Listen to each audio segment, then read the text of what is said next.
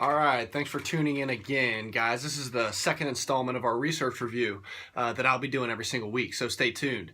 This week, I'm going to cover weighted ball velocity programs, probably the hottest topic out there in the baseball pitching world right now when it comes to how do I get faster with my arm and how do I deliver the ball faster, right? So recently, some of the leaders in our world, Mike Reinold, Dr. James Andrews, the American Sports Medicine Institute, a bunch of really high quality people did the first true study that's peer reviewed and published about are baseballs with weight safe to use. So here's what they did. They looked at two groups. We had 6 weeks of total throwing. In the one group, we had a control group that did their usual strength and conditioning, as well as more of a long toss standard 5-ounce baseball only program. In the second group, our weighted baseball group, we used underweighted balls all the way up to 2-pound balls that were thrown on a specific protocol that was pretty aggressive, and it increased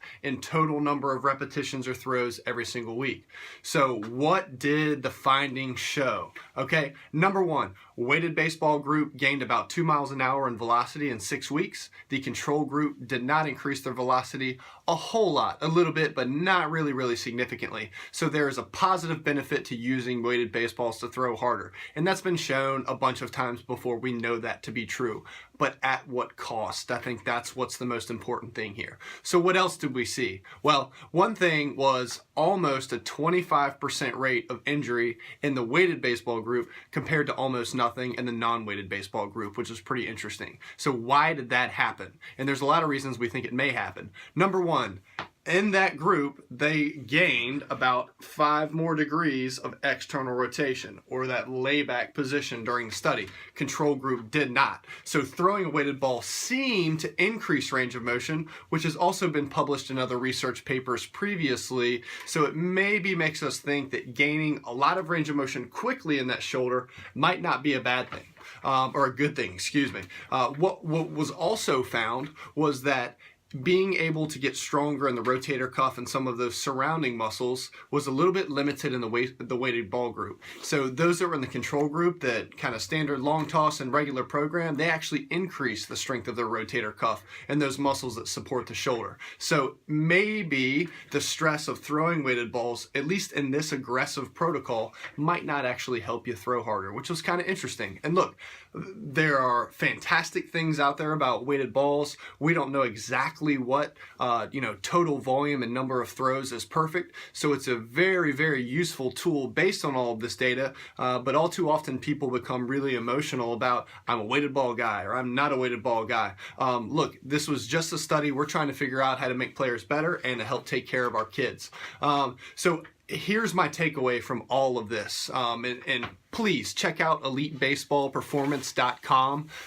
Mike Reinold and Dr. Andrews have the site, some of the leaders in the world. You can read about the study there. I don't want to just directly talk about what Mike wrote about in his article, but I wanted to give you my 2 cents in terms of what we do here and how that's going to impact what we do in the future and recommendations. So number one, if you're a younger player whose bones are still growing and are not fully fused, I would probably stay away from a really aggressive program. I think using some balls to teach intent as tools is fantastic, but maybe an aggressive program just doesn't make sense. Continue to develop, learn to throw with intent, and really teaching athleticism and playing multiple sports is great for them, and even a foundational strength and conditioning program just with body weight to learn good movements is fantastic. I think once we get towards that late middle schooler, early high schooler, maybe we start to use a little bit of weighted balls in some of the programs, potentially in the off season,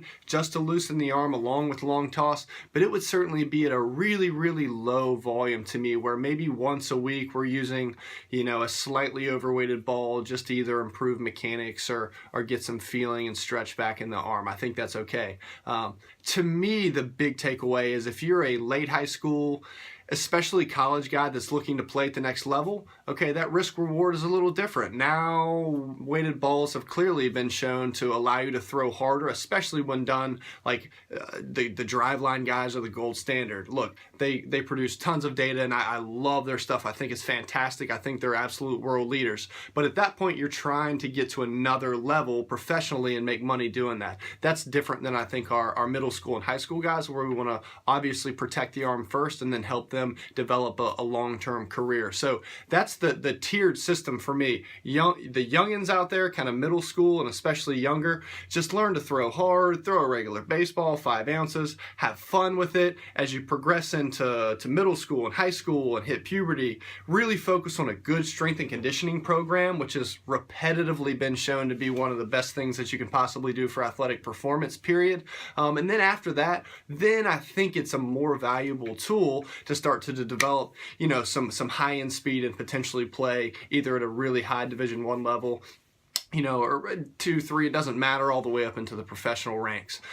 So again, this is why we monitor athletes. This is why we assess athletes, so that we know what the range of motion is when we start, and then also keep an eye on total volume of pitch count, and then obviously if they are throwing weighted balls, how often they're doing it. And we'll continue to kind of learn what's right and wrong and what the right volume is. So this is just some good information, okay, and that's my kind of take on it and how I use it in my practice and sports performance with all of my players. So feel free to give me some comments. I'd love to know what other people out there are doing, whether you're a parent with a child that uses weighted baseballs, you know, a pitching coach, anybody. I would love some feedback. I'd love to talk back and forth. And certainly if anyone has questions, find me at adamsperformancerva.com or Adams Performance on Instagram. Same thing on Facebook. Comment in any way, and let's get a good, healthy discussion going about how we not only make our players better, but also how we protect them as well. Thanks.